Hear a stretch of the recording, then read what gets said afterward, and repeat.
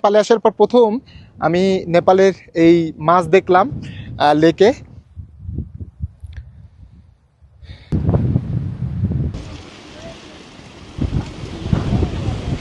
তো আমাকে এটা ফ্রি দিচ্ছে।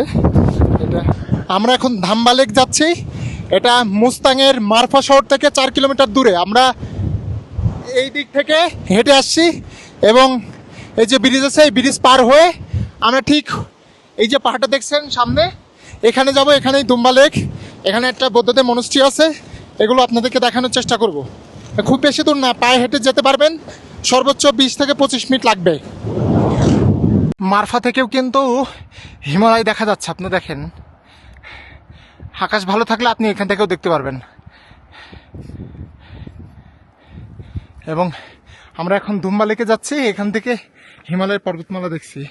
এই এরিয়াটাও লোয়ার মুস্তাংয়ের আন্ডারে এবং অন্নপূর্ণা সাইট, অর্থাৎ আপনি অন্নপূর্ণার পারমিশনে এখানে আসতে পারবেন। মারফা, মুক্তিনাথ, জমসং আসতে পারবেন।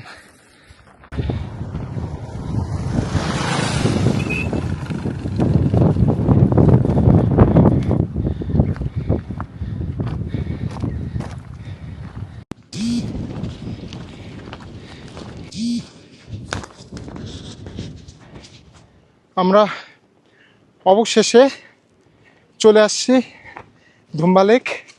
ছোট্ট একটা লেক, একেবারে পাহাড়ের উপরে এই লেকটা। দেখেন চারিপাশে বড় বড় পাহাড়, মানে পাহাড়ের উপরে এই লেক।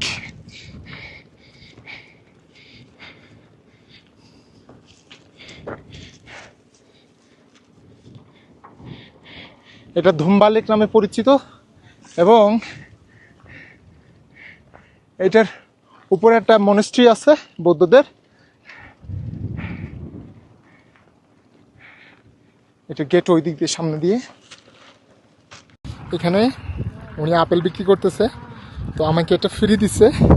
এটা ওনারা আরও বলে, হ্যাঁ, এটা আমাকে ফ্রি দিচ্ছে, টাকা নেবে না আর কি। Thank you. আমরা দুম্বা লেকে আছি, 50 রুপি এখানে যে টিকিট ফি। এবং এই যে লেক,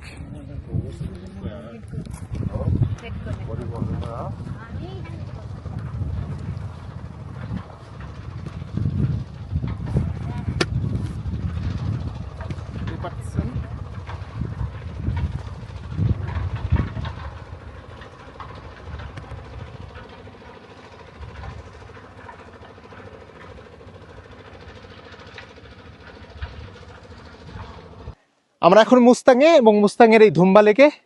প্রায় এটা 2830 মিটার উচ্চতায়, পাহাড়ের উপরে এই লেকটা। এটা এখানকার মানুষের ধর্মীয় রীতিনীতি, এই জন্য মাছ মারা, গোসল করা এগুলো নিষেধ।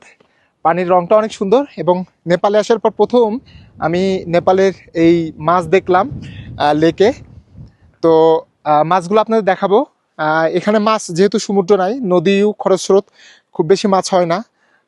তো এখানে অনেক বড় বড় মাছ দেখলাম, এই আর কি আপনাদেরকে দেখানোর চেষ্টা করব। দুম্বা লেকে অনেক বড় বড় মাছ, জানি না এই মাছগুলো তারা খায় কিনা।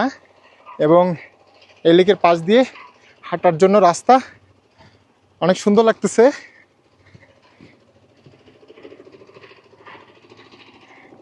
এখানে ড্রোন উড়াইতে দিবে না, কারণ পাশেই একটা এয়ারপোর্ট, জংশন এয়ারপোর্ট। উড়াইতে দিলে আপনাদের এই পানির কালারটা আপনাদেরকে দেখাতে পারতাম।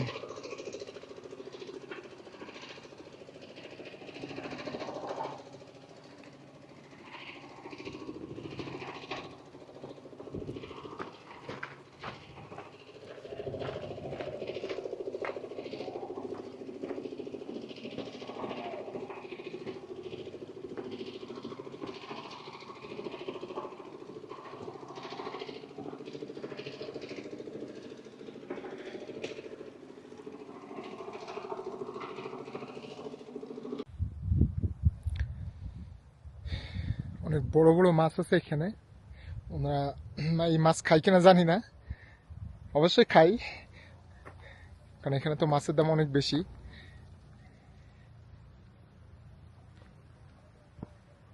এবং এই লেকটা সমুদ্রপৃষ্ঠ থেকে প্রায় 2830 মিটার উপরে। এবং আমি যদি ফিট হিসেব করি 9285 ফিট উপরে সমুদ্রপৃষ্ঠ থেকে পাহাড়ের উপরে এই লেক। পানিটা দেখতেই পারতেছেন।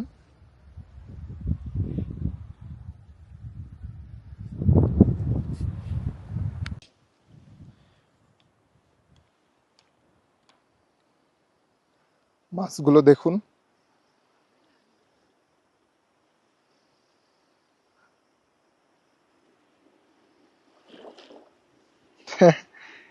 মানে এত বড় বড় মাছ, মাই গডনেস।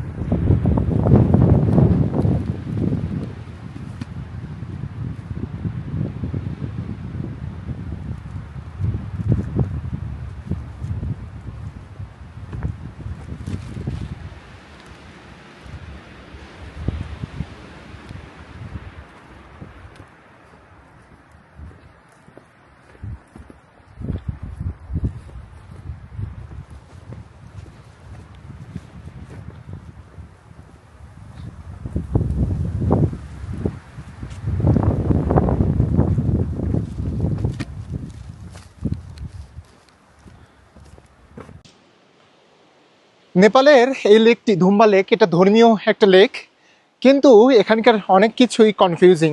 অর্থাৎ ওনারা বলতেছেন এটা, অর্থাৎ ক্যান্টিন, এখানে একটা ক্যান্টিন আছে, সেই ক্যান্টিনে যারা পরিচালনা করতেছেন এবং টিকিট দিচ্ছেন তারা বলতেছেন এখানে কোনো ময়লা টয়লা ফেলবেন না, এটা আমাদের অমুক মা, ওনারা হিন্দু ধর্মের, অমুক মায়ের এটা লেক, এখানে কোনো ময়লা বা কোনো থুতু ফেলা যাবে না, কোনো কিছু করা যাবে না, পানি টাচ করা যাবে না।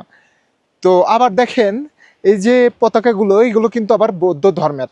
মানে কতটা কমপ্লেক্স বিষয়। মানে নেপালে আপনি আসলে বুঝতে পারবেন এক একটা কোনো জায়গা বা প্লেস যদি বৌদ্ধরা এটা বলে যে এটা আমাদের, তার পাশে দেখবেন হিন্দুরা আর একটা দাবি করে বসবে। অর্থাৎ হয় মিলেমিশে তারা এটা মানে এটা দখল নিবে বা এটার মালিকানা দাবি করবে, আর না হলে কে একজন দাবি করছে ওটা যদি অন্য ধর্মে দাবি না করতে পারে তাহলে তার পাশেই ওইটার সমমানা একটা ধর্মীয় রিচুয়াল বা ধর্মীয় স্থাপনতা তৈরি করার চেষ্টা করে। যেমন আপনি পোখারায় দেখবেন, পোখারায় যে পিস প্যাগোডা আছে, এই পিস প্যাগোডার পাশে কিন্তু হিন্দুদের সব থেকে বড় যে শিবার যে মন্দির, এটা তারা স্থাপন করছে। তো অনেক কিছু নেপালের অনেক কিছু কনফিউজিং, মানে বোঝা যায় না আসলে কোনটা কেমন।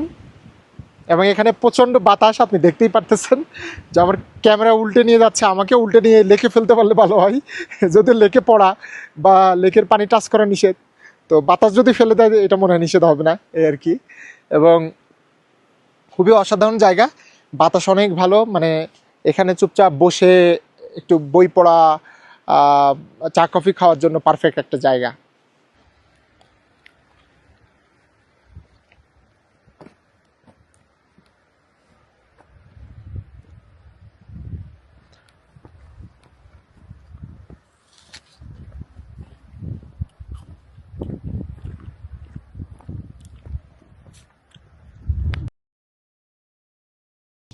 আপনার ভাগ্য যদি ভালো থাকে তাহলে এই মুস্তাংয়ের মারফা গ্রামে ধুম্বা যে লেক আছে, মারফা গ্রাম থেকে 4 কিলোমিটার দূরে, হেঁটে আসতে পারবেন 25 মিনিট। এখান থেকেই, এই লেক থেকেই খুবই সুন্দর দৃশ্য আপনি দেখতে পারবেন, মাউন্ট এভারেস্টের চূড়া।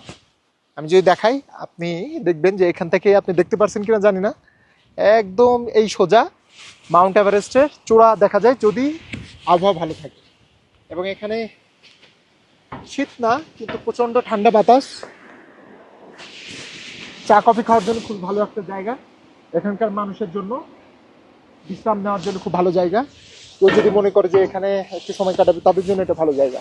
আমাদের বাংলাদেশিদের জন্য এটা ভালো জায়গা হলেও আমরা এখানে 2-3 ঘন্টার বেশি থাকতে পারবো না, কারণ মানে সময় যত যাবে ততই আমাদের